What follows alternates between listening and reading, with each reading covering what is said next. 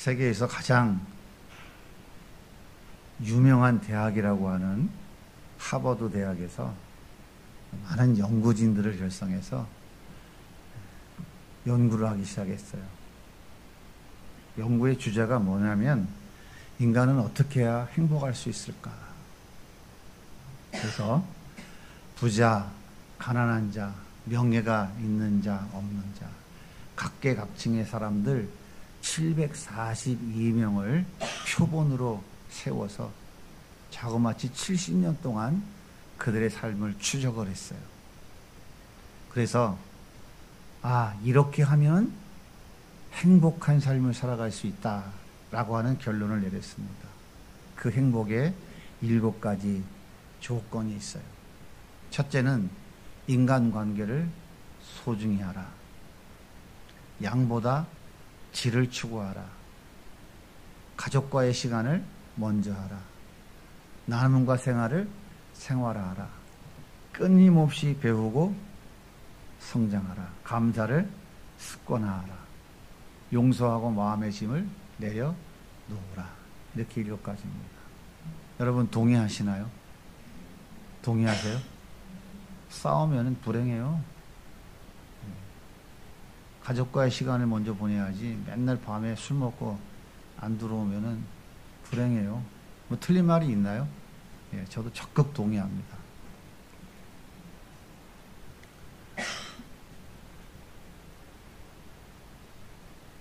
그런데 여러분 한번 생각해 보세요. 이 7가지 조건을 지킬 수가 있나요? 잘 지켜지나요? 잘 지켜진다면 세상은 얼마나 행복할까요? 지금도 이스라엘과 팔레스타인은 여전히 싸우고 있어요. 러시아와 우크라이나 여전히 싸우고 있어요. 너무나 많은 사람들이 죽어가고 있어요. 중국이 대만을 침공한다고 서로 긴장이 고조되고 있어요. 인도와 파키스탄도 국경에서 맨날 치고받고 하고 있어요. 태국과 캄보디아도 지금 일촉즉발의 위기에 있어요. 한국과 북한은 6.25 전쟁이 끝나고 70년 동안 여전히 대치하고 있어요. 아프리카에는 기아로 물이 부족해서 정말 아비규환과 같은 삶을 살아가고 있어요. 이들은 행복하기 싫을까요? 이들은 행복이 싫을까요? 왜 행복하기 위해서 애를 쓰고 있는데 세계는 지금 이렇게 피를 흘리며 불행 속으로, 고통 속으로 떨어지고 있을까요? 대한민국은 지금도 3분의 1 가정이 해체되고 있어요. 2024년도 이혼 가정이 9만 4천 건입니다. 가정이 해체되면 청소년 문제가 심각해져요. 심각해집니다. 우울증 환자가 100만 명이 넘어요. 2가구에 1명꼴입니다. 기타 정신질환, 갖가지 정신질환자까지 다 합치면 대한민국 가정에 1명씩 이런 분들이 계신다는 거예요. 행복할까요? 여러분 행복하십니까? 청년 실업 200만, 비정규직 856만, 취업자 3명 중 1명이 비정규자예요. 고용의 불안감에 늘 힘들어요. 월급 격차도 180만 원이 넘어요. 행복할 수 있을까요? 행복이 싫으신가요? 좋은 사람 만나서 행복하게 잘 살라고 결혼했어요. 그리고 더 행복해지라고 자녀를 낳았어요. 근데 왜 장애아가 나오죠?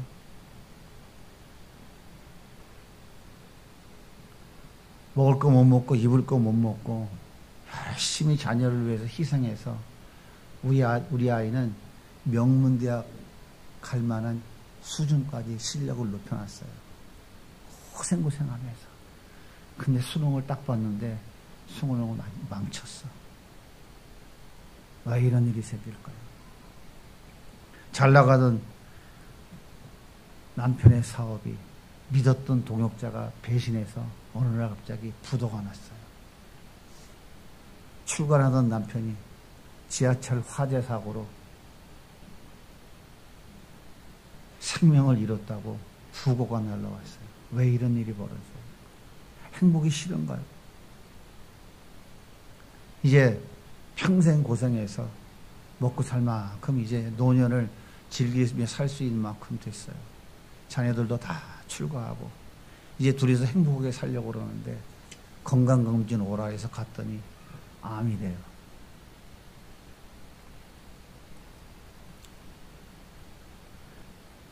이것이 우리의 인생입니다. 그런데 불가능한 논리를 가지고 진짜 가능한 것처럼 주장하고 있는 이유가 뭘까요? 단순한 낙관일까요? 아니면 무지일까요? 인간은요, 본질이 결핍한 존재이고요. 이 결핍에서 벗어나고자 하는 갈망이 가득하다는 것을 인정하는 것이 아닐까 싶어요. 다시 말해서 자기 애쓴과 수고와 노력은 행복을 누릴 수 있는 기대감을 주는 것 뿐이지 진정한 행복은 누릴 수 없다는 거예요. 여러분 행복하기 싫으세요? 안건사님 아침에 오니까 눈이 막 탁 떨려서 또 눈이 떨리고 그래요. 스트레스를 또 많이 받으시나 보네요. 아니 눈이 떨리고 싶어 떨리겠어요? 스트레스를 받고 싶어 받아요? 인생이 그런 거라니까요. 어떻게 아니신 분은 손 좀 한번 들어보실래요? 좀 따져보실까요? 누가 불행하길 원해요? 행복하고 싶다니까요. 하나님이 인간을 행복하게 살도록 창조하셨어요. 본래 인간은 행복하게 살아야만 하는 존재예요. 짐승은 본능에 충실하게 살다가 때가 되면 죽습니다. 짐승에게 행복이라는 단어는 없어요. 행복하려면 생각하고 느끼고 행동할 수 있는 이성, 감성, 의지, 즉 인격이 있어야 됩니다. 그래서 하나님께서 우리 인간을 자기를 닮은 인격체로 창조하신 거예요. 여러분, 그럼 행복은 어떻게 주어질까요? 인격체와 인격체의 교제를 통해서 주어집니다. 부부가 교제를 했는데 맨날 싸우고 뭐 접시가 날아다니고 그냥 뭐가 부서지고 그러면 행복한가요? 교제는 하긴 했는데 얻는 것이 미움, 다툼, 시기, 질투라고 그러면 행복할 수 있을까요? 그러면 교제를 통해서 무엇을 얻어야 행복할 수 있을까요? 무엇을 얻으면 행복할 수 있을까요? 두 분이 부부가 교제를 했어. 무엇을 얻으면 그 두 부부가 행복할까요? 사랑이에요, 사랑. 사랑을 느낄 때. 그때 행복해지는 거예요. 하나님은 존재 자체가 사랑이십니다. 신약성경 요한 1서 4장 8절 이렇게 말씀하세요. 하나님은 사랑이시라. 하나님은 존재 자체가 사랑이에요.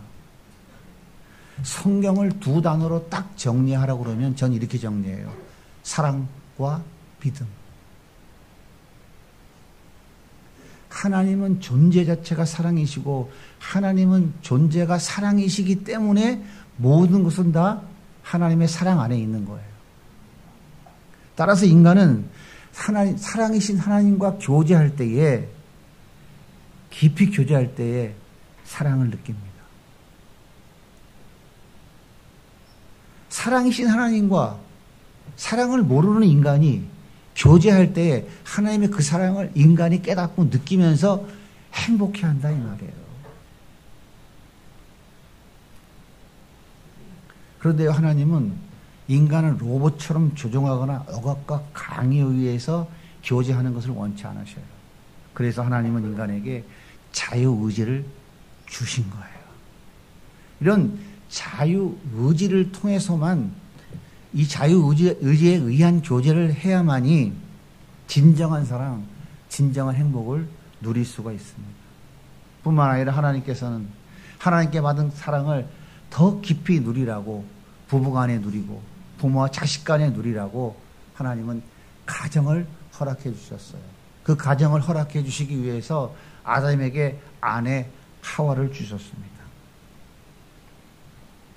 따라서 인간이 행복을 누리는 것은 필연적이에요.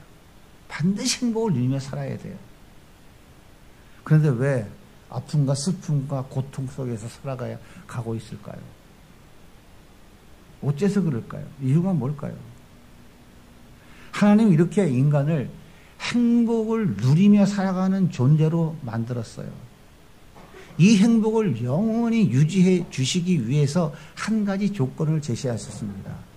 그것이 뭐냐면 동산 중앙에 있는 나무의 실과를 먹지 말라는 거예요. 여러분들이 잘 아시는 금단의 열매, 선악과입니다. 하나님은 절대 이것 따먹지 마라. 넌 영원히 살아야 돼. 행복하게. 알았지? 그래서 이런 단서를 달았어요. 먹으면 반드시 죽는다. 죽이려고 만드신 게 아니라 영원한 행복을 주시기 위해서 만드신 거예요. 그러면 선악과를 왜 만들었어요? 안 만들었으면 되지. 만드신 이유가 있어요. 하나님은 아담에게 에덴 동산의 모든 것을 다 주셔서 위임해 주셨어요. 네가 마음껏 누리며 살아라. 그리고 타락하고 범죄하기 전에 인간의 지혜라는 것은 상상을 초월합니다. 아담은 지나가는 호랑이를 보고 이름을 지어줬어요. 넌 호랑이다 오늘부터. 호랑이 같아요, 안 같아요? 지나가는 토끼를 보고 넌 오늘부터 토끼라고 해라. 토끼 같아요, 안 같아요? 같으죠? 꿈틀꿈틀 다니는 뱀을 보고 넌 오늘부터 이름을 뱀이라고 한다. 뱀이라. 이거 누가 졌다고요? 아담이 졌다고요. 범죄하기 전에 인간의 이성은 아인슈타인 비교조차 되지 않아요. 그래서 그 지혜와 그 놀라운 능력으로 하나님 만드신 이 에덴 동산에서 마음껏 누리며 다스리며 행복하게 살아라고 위임해 주셨어요. 그러면 아담과 하와가 더 누릴 수 있는 것은 뭐가 남았을까요? 아담과 하와가 더 누릴 수 있는 건 뭐가 한 가지 남았어요? 하나님의 자리밖에 남은 게 없어요. 그래서 하나님께서는 선악과를 만들어 놓으시고 에덴 동산에서 뒹굴뒹굴 놀다가 고개를 딱 들면 뭐가 보여요? 선악과가 보여요. 하나님은 창조주야. 내가 창조자가 아니야. 하나님이 나에게 이 에덴 동산을 맡겨주셨기 때문에 나는 그냥 맡은 청지기일 뿐이야. 하나님은 이 에덴 동산의 주인이야. 하나님 나에게 맡겨주셨어. 나는 이것을 잘 관리해야 될 의무가 있는 사람이야. 선악과를 보면서 뭘 깨달으라고요? 하나님은 창조주시다. 하나님은 주인이시다. 나는 피조물이다. 나는 맡아 관리하는 청지기다. 하나님은 이 관계를, 이 창조의 질서를 깨트리면 안 된다. 깨트리지만 않으면 너는 영원한 행복을 누리며 살 수 있다. 그래서 만들어 놓으신 거예요. 그런데 어느 날 뱀으로 위장한 사단이가 싹 와서 아담아, 너 선악과 한번 봤니? 어떠냐? 너 그거 따먹으면 눈이 밝아져서 네가 선악을 판단하는 기준이 되는 거야. 여러분, 선악의 기준이 누구입니까? 하나님이잖아요. 근데 네가 하나님 될 수 있다는 거예요. 아담이 가만히 생각해 보니까 이거 되게 재밌겠어. 내가 하나님이 될 생각을 해보니까 와, 이거보다 더 멋있는 게 없는 거야. 아담과 하와는 사단의 미혹에 빠져서 선악과를 따먹고 말았습니다. 참 안타깝죠. 그 결과로 에덴 동산에서 쫓겨났습니다. 에덴 동산에 쫓겨났다는 말의 의미는 뭐냐면 하나님과의 관계가 단절됐다는 얘기예요. 자, 이게 에덴 동산이라고 그러면 여기서 쫓겨났어. 끝났잖아요, 관계가. 관계가 단절되는 순간 하나님과의 교제가 끝났어요. 하나님으로부터 공급되진 은혜와 사랑은 다 중단됐어요. 여기서 끝난 것이 아니라 약속대로 하나님은 아담과 하와를 저주하셨어요. 창세기 3장 16절 제가 읽겠습니다. 또 여자에게 이르되 내가 내게 임신하는 고통을 크게 하리니 내가 수고하고 자식을 낳을 것이며. 하와에게 하나님이 이렇게 저주하신 거예요. 그렇다면 에덴 동산에서 범죄하기 전에 선악과 따먹기 전에는 애 낳을 때 아플까요? 안 아플까요? 제가 안 낳아봐서 모르겠는데 그랬을 것 같아요. 우리 자매님들 해산의 고통을 왜 겪었다고요? 이게 하나님의 저주인 거예요. 아담과 하와가 지은 죄가 이렇게 그들의 허리에서 나온 모든 인간들에게 유전되어져 가고 있는 거예요. 두 번째가 뭡니까? 자연의 저주예요. 아담에게 이르시되 땅은 너로 말미암아 저주를 받고 너는 네 평생에 수고하여 그 소산을 먹으리라. 땅이 내게 가시덤불과 엉겅퀴를 낼 것이라. 내가 먹을 것은 밭의 채소인즉 내가 흙으로 돌아갈 때까지 얼굴에 땀을 흘려야 먹을 것이니 먹을 것을 먹으리니 내가 그것에서 추함을 입었습니다. 어떻게 땀 흘리도록 일해야 밥 들어가죠? 직장에 출근해서 품잡고 있다가 어슬렁어슬렁 나가다 나오면 월급 주나요? 월급 대신 뭐 줘요? 공거사직당해요. 집에 가서 애 보세요 하고. 여러분 농사 질 때 저 농사가 얼마나 힘듭니까? 저는 서울에서 태어나서 서울에서만 자라서 농사가 뭔지 몰랐어요. 여기 옥상에다 제가 상추도 심고 무도 좀 심어하고 있어요. 한 대여섯 평 되는데 쉽지 않더라고요. 그러니 그 농사를 짓는 시골의 그 농부들이 얼마나 힘들겠어요. 저도 돈 벌어보느라고 동분서주 많이 해봤거든요. 돈 버는 거 쉽지 않더라고요. 땀이 피가 뭐예요? 머리에 땀이 뭐예요? 피가 나야 먹고 살지.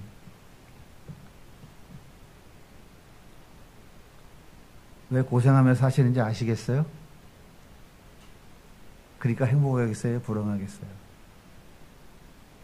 세 번째가 뭐냐면 육체의 죽음입니다. 너는 흙이니 흙으로 돌아가지니라. 인간을 흙으로 빚었기 때문에 그의 죽으면 영과 육이 분리되면 영은 하나님의 심판받고 육은 흙으로 돌아가는 거예요. 자, 결론이 뭡니까? 첫째는 빨리빨리 자막을 올려보세요. 결론은 뭐냐? 나와 하나님과의 관계가 단절됐어요. 나와 자연과의 관계도 단절됐어요. 하나님과의 관계가 단절되니까 하나님으로부터 임했던 은혜와 복은 중단됐어요. 그러니까 나의 안정과 나의 행복은 누가 지켜야 돼요? 내가 지켜야 돼요. 힘들어요, 안 힘들어요? 그래서 불행한 거예요. 행복해질 수가 없는 거예요. 나와 자연과의 관계. 정말 비만 오면 잡초가 이만큼씩 솟더라고요. 그러니까 얼마나 농부들이 그 잡초, 엉겅퀴. 정말 힘들죠. 세 번째, 나와 다른 사람과의 관계도 다 단절됐어요. 원망과 분노가 가득하고 미움, 다툼, 시기, 질투가. 내가 주인인데, 내가 선인데 저 사람이 지가 옳대. 싸워요, 안 싸워요? 그러니까 맨날 싸우는 거예요. 그래서 여러분 다 지금 인식하지 못하고 있지만 여러분들 다 서로 따먹은 이 죄로 인해 다 내가 주인이라니까. 내가 왕이고 내 인생의 주인이 나라니까요. 왜 3분의 1명씩 가정이 해체가 돼요? 내가 옳은데 자꾸 저 사람은 지가 옳다는 거야. 아니 내가 옳은데 내가 옳아. 싸우다가 그러면 우리가 옳은 방향대로 각자 가자 하고 그냥 헤어지는 거라니까요. 네 번째, 나와 나의 관계도 단절됐어요. 그게 뭡니까? 나도 나를 못 믿어. 나도 나를 못 믿는 거야. 혼자 가만히 앉아있으면 누가 창문 열고 들어올 것 같아. 불안해서 못 견디겠어. 자책하고 자학하고 비교하고 그러다 보면 자존감도 상실하고 그러다 보면 깊은 우울에 빠져서 삶의 의미마저 다 상실해버려요. 여러분 이것이 하나님과 관계가 단절된 인간의 모습입니다. 행복할 수 있겠어요? 여러분 절대 속지 마십시오. 행복은 하버드 대학이 연구한 7가지 조건을 충족할 때 주어지는 것이 아닙니다. 행복은 내가 원하는 것을 소유할 때 주어지는 것이 아니에요. 행복은 내가 수고와 노력으로 얻어지는 것이 아닙니다. 행복은 하나님과의 관계가 회복되어질 때 누리게 되는 거예요. 그렇다면 이 시대에 행복을 보장한다고 굳게 믿는 가장 대표적인 것이 뭐죠? 이것만 있으면 난 행복할 거야 라고 생각하는 것. 예? 모르세요? 저도 아는데? 목사도 아는데? 돈만 있으면 행복하다고 생각해야 안 해요. 돈만 많으면 왜 여기 조그만 교회 거기 가서 크게 교회 짓지? 그죠? TV 광고도 하고 사람들 많이 모으라고 복 받는다고. 돈 없어 못해요. 물질 만능주의 시대에 최고의 행복을 주는 건 뭐라고 사람들이 아주 그냥 막 목숨 걸고 그냥 소리 질러요? 돈이잖아요. 내가 원하는 거 다 소유를 할 수 있고 내가 하고 싶은 거 다 할 수 있고 자랑하고 싶은 건 뭐든지 다 할 수 있어요. 그런데요, 우리가 한 가지 모르는 게 있어요. 인간의 욕망은 끝이 없습니다. 선악 따먹고 자기가 하나님이 된 줄로 착각하고 살아가는 인간들은 자기가 하나님 자리에 올라갈 때까지 만족을 못하는 거예요. 쌓고 끝없이 쌓고 좋은 것 최고 좋은 것 더 좋은 것을 갖고 가져도 인간은 만족하지 못합니다. 왜 그렇다고요? 인간의 욕망은 끝이 없기 때문에 그래요. 선악과 따먹고 자기가 하나님이 된 줄로 착각하고 있는 인간에게 그래서 만족은 없습니다. 돈은 인간에게 행복을 가져다주는 마법사가 아니에요. 오히려 소금물처럼 인간의 갈증만 더해줄 뿐입니다. 그러면 종교적 열심을 통해 행복을 찾을 수 있을까요? 여러분, 미래를 좀 미리 알아서 불행을 좀 사전에 차단하기 위해서 주로 어디 많이 가세요? 어디 많이 가요? 점쟁이한테 가잖아요. 무당한테 찾아가고요. 여러분, 저기다가 병을 하나 놓고 좁쌀을 한 주먹 지은 다음에 휙 던져보세요. 그 좁쌀이 그 병에 들어가는 게 있겠어요, 없겠어요? 어쩌다 한두 개 들어가요. 100개 얘기해가지고 어쩌다 하나 맞았는데, 아이고, 할렐루야. 대한민국 교회 성도들 중에 40%가 누구 먹여 살리는지 아세요? 점쟁이들 먹여 살린다고요. 너무 기가 막힌 얘기 아닙니까? 점쟁이 찾아가고 무당 찾아가고 이런 거 하면은 불행을 사전에 피해갈 수 있을까요? 또 불행한 인생을 행복한 미래로 보상받기 위해서 찾아가는 곳이 어디예요? 윤회에서 벗어나서 극락으로 가고자 하는 것. 지금은 어려워도 미래에 극락 간다고 가서 108배도 하고 뭐 3000배도 하고 많이 하죠? 거기가 바로 절이고 바로 신도교예요. 인간다운 삶을 통해서 나는 행복해질 수 있다라고 얘기하는 분들이 어떤 분들이에요? 인, 예, 충효, 덕목을 신천하는 거야. 유교. 그래서 제사를 잘 드리고 묘자리를 잘 드리고 풍수지리. 거기에서 불행은 떠나가고 행복을 찾을 수 있을까요? 인간이 만든 종교는 절대 해결책이 될 수가 없습니다. 속세를 떠나서 평생 앉아가지고 그렇게 살아오면서 불자들의 존경을 한 번에 받았던 우리 모두가 잘 아는 성철 스님이 죽을 때 마지막으로 뭐라고 그러고 죽었어요? 모든 것은 헛되다. 나는 지옥 간다. 인간이 만든 종교의 교리를 따른다고 해서 행복해질 수 없습니다. 그렇다면 잃어버린 행복을 어떻게 다시 찾을 수 있을까요? 하나님과의 끼어진 관계를 회복하면 됩니다. 바로 여기에서 우리는 다시금 행복을 누리게 되는 거예요. 왜 하나님과의 관계가 깨졌다고요? 하나님의 말씀을 거역하고 선악과를 따먹기 때문이에요. 즉 피조물이 창조물 되겠다고 덤빈 거예요. 청지기가 주인 되겠다고 하나님께 반역을 한 거예요. 여러분, 이것을 성경에서는 죄라고 말해요. 율법이라는 것은 너는 죄인이야. 넌 못 지키지. 너 죄인이야. 그걸 가르쳐주고 있는 거예요. 근데 그걸 잘 지켜가지고 하나님과의 관계를 회복하고 행복해질다고 생각하는 이 의식이 뭐냐면 바로 율법주의라고 하는 거예요. 율법주의. 십계명 잘 지켜집니까? 잘 지켜져요? 안 지켜지잖아요. 근데 지키라고 그러는데 지킬 수는 없고 어떻게 그래서 지키는 척 하잖아요. 그걸 바로 종교인이라고 그러는 거예요. 종교인. 죄 문제를 해결하면 하나님과의 관계를 회복할 수 있어요. 그런데 중요한 게 뭐냐면 인간의 힘으로는 이 죄 문제를 해결할 수가 없다는 거예요. 인간의 힘으로는 안 된다는 거예요. 그래서 하나님이 독생자 예수 그리스도를 이 땅에 보내주셨습니다. 그 죄 없는 예수님이 우리의 죄를 짊어지고 십자가에 죽으셨어요. 그리고 3일 만에 부활하셨습니다. 이 사실을 믿는 자는 죄를 용서받습니다. 하나님의 말씀을 거역한 죄, 창조 질서를 거역한 죄, 자기가 하나님이 된 줄로 착각하고 살아온 모든 죄, 하나님이 다 용서하십니다. 이때 하나님과의 관계가 회복되어지고 하나님과의 교제가 시작되며 그 사랑의 아름다움들을 깨닫기 시작하고 이어서 행복은 다시금 우리 삶 가운데 펼쳐지게 되는 것입니다. 다시 말씀드리지만 인간의 어떤 애씀과 수고와 노력으로는 절대 되지 않습니다. 착한 일에서 되는 게 아니다 이 말이에요. 착하게 살고 좋은 일 많이 한다고 해서 우리의 죄가 용서받고 하나님과의 관계가 회복되는 게 아니라는 얘기예요. 어떤 종교적 방법으로도 불가능합니다.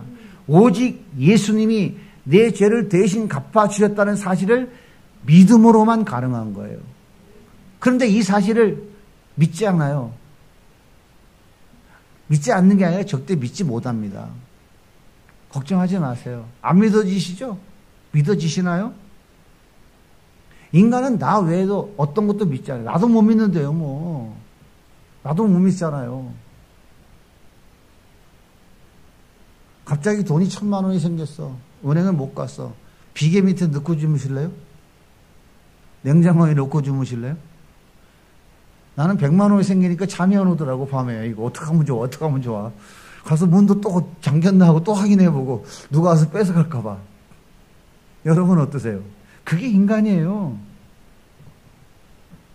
그래서 예수 그리스도가 내 죄를 대신 사해 주시기 위해서 십자가에 죽으셨다는 이 사실을 믿는 것은 내가 믿는 게 아니에요. 주체가 나가 아니라고요. 주어가 내가 아니에요. 믿어지는 거예요. 믿어지는 것. 그러니까 무슨 말이냐면 믿는 것은 능동태가 아니라 수동태라고요. 능동태, 수동태 다 모르시는 분 없죠? 믿어지는 거라고요. 믿어지는 거. 아, 이상하다. 오늘 저 목사님 말씀을 들어보니까 예수님이 내 죄를 대신 갚아주시기 위해서 십자가에 죽었다는 사실이 내가 부정되지 않는데 그게 이상하다. 믿어지는데 왜 그러지? 그래서 모르겠는데 이렇게 고백하는 거예요. 이것을 내 입장에서 이야기할 때는 능동태로 믿는다라고 표현하는 거예요. 믿음은 수동태이지 능동태가 아니에요. 뭘 믿어요, 믿기는. 내 주머니에 돈 있는 것도 잃어버릴까 봐 못 믿는데. 은행에 있는 돈도 못 믿잖아요. 은행도 부도나니까. 세상에 누굴 믿겠어요. 사랑하는 여러분, 저는 이 시간 여러분에게 복음을 전하고 있어요. 복음. 복음이라는 것은 무슨 말이냐? 복복자, 소리음자, 한자로 쓰면. 복된 소리, 좋은 소식, 군 뉴스라고 하는 거예요. 이것은 무슨 말씀이냐면 자막을 띄워놓고 같이 한번 읽어보겠습니다. 같이 읽을게요. 시작. 죄의 싹은 사망이다. 그런데 예수님이 내가 죽어야 할 십자가에 대신 죽어 나를 살렸다. 이게 복음이라니까요. 좋은 소신, 복된 소신. 죄의 싹은 사망이다. 그런데 나는 절대로 죽을 수 없다. 나를 위해서 죽을 사람이 있습니까? 더더군다나 다른 사람을 위해 죽을 수 있는 인간이 있어요? 절대 없다니까요. 아, 내가 하나님인데 어떻게 남을 위해서 죽어요? 죄의 삭은 사망이다. 그런데 예수님이 내가 죽어야 될 십자가에 대신 죽어 나를 살리셨다. 이게 복음인 거예요. 한 번 더 읽어볼까요? 아니, 이거 한 가지 다음. 시작. 영원한 불행 속에 빠진 인간에게 아무 값 없이, 아무 대가 없이 참된 행복을 주셨다. 여러분, 이것보다 더 좋은 소식이 어디 있어요? 이것보다 더 기쁜 소식이 어디 있겠습니까? 이 복된 소식이 마음에 믿어진다면 그것은 여러분이 하나님의 자녀로 선택되었다고 하는 증거예요. 하나님은 세상의 모든 사람을 다 구원하지 않아요. 하나님은 창세전에 자기가 구원할 하나님의 자녀들을 선택해 놓으셨어요. 그리고 역사 속에 우리를 부르시는 거예요. 그리고 그 선택된 자녀들이 이 복음을 들을 때 믿어지는 은혜를 주시는 것입니다. 이 복된 소식이 믿어진다면 그것은 하나님이 여러분을 자녀로 선택했다는 증거예요. 다시 말해서 무서운 심판과 영원한 저주 가운데 구원해서 하나님의 자녀로 삼으셨다는 증거입니다. 자, 옆에 계신 분에게 한번 물어보세요. 예수님이 나에게 진정한 행복을 주시려고, 찾아주시려고 십자가에 죽은 것이 믿어지십니까? 한번 옆에 있는 분에게 물어보세요. 예수님이 날 위해 십자가에 죽으신 것이 믿어지십니까? 나의 행복을 찾아주시려고. 그냥 믿느냐고 묻는 게 아니고 믿어지냐고 물어보세요. 믿어지냐고. 네, 믿어지는 분은 눈으로 이렇게 껌쩍껌쩍 한번 해보세요. 눈으로. 믿어져요. 말하기 민망스러우니까 믿어지는 분은 눈을 껌뻑껌뻑 해보세요. 오른쪽 눈, 왼쪽 눈 껌뻑껌뻑. 믿어지시는 분은. 저는 지금 믿으라고 말씀드리지 않았어요. 절대 못 믿는다니까요. 뭘 믿어요. 마누라도 못 믿고 새끼도 못 믿는데 뭘 믿으라는 거예요. 무슨 예수가 날 위해 죽은 게 어떻게 보기를 했어? 그걸 믿습니까? 거짓말이죠, 그건 다. 아무도 못 믿는다니까요. 본 것도 못 믿는데, 주머니에 있는 돈도 못 믿는데, 2000년 전에 나를 위해서 내가 본 적도 없고 들어보지도 못했던 하나님의 아들 예수가 저 십자가에 나를 위해 죽어? 어떻게 믿냐고요. 그래서 하나님이 택한 자녀들은 이 놀라운 사실을 믿어지게 해주시는 거예요. 믿어지게 해주신다고요. 로마서 10장 10절 말씀을 우리 같이 한번 읽어보겠습니다. 시작. 사람이 마음으로 믿어 의에 이르고 입으로 시인하여 구원에 이르느니라. 옆에 있는 분들에게 한번 눈으로 꼼짝꼼짝 해보세요. 믿어지시면. 여기서부터 시작이 되는 거예요. 이 모든 것이 아무 대가 없이, 값을 치른 거 없이, 나의 애쓴 것, 수고와 노력 없이 거저 되는 거예요. 이게 복음입니다. 믿어지는 거, 이게 복음인 거예요. 착한 일 한다고 돼요? 좋은 일 많이 한다고? 인간은 쇳덩어리인데 무슨 착한 일을 많이 한다고 뭐가 돼요? 그게 아니에요. 사랑하는 여러분, 행복을 찾아 방황하지 마세요. 진정한 행복은 예수님 안에 있습니다. 행복의 답을 찾아 방황하지 마세요. 해답은요, 정답은요, 예수님입니다. 저를 한번 따라해 보실래요? 해답은 여전히 예수다. 정답은 누가 뭐라 해도 예수가 정답이다. 오늘 이 자리에 오신 모든 분들, 예수님과 함께 오늘부터 손을 붙잡고 발걸음을 시작하실 수 있기를 예수님의 이름으로 간절히 축복합니다.